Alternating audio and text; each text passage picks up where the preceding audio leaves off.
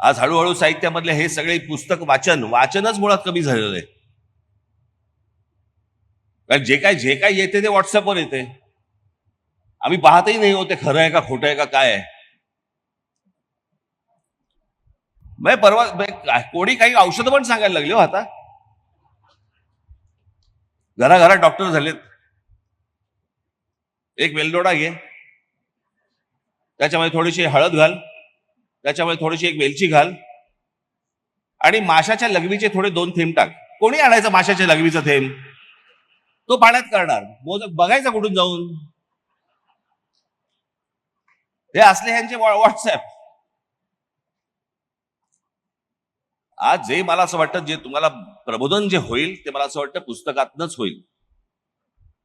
प्रत्येक मराठी मुलांनी, मुलींनी, तरुणांनी, सर्वांनी मला असं वाटतं पुस्तक, साहित्य हे वाचलं पाहिजे. त्यात आपण बोध घेतला पाहिजे. आंधळेपणाने कोणाच्याही मागे न लागता खरंच काय नक्की झालंय, काय कुठच्या गोष्टी आतापर्यंत होऊन गेलेल्या आहेत, आपला इतिहास काय आहे नेमका, मला असं वाटतं हे प्रबोधन तुमचं होणं गरजेचं आहे. त्याच्यासाठी तुम्ही वाचणं गरजेचं आहे.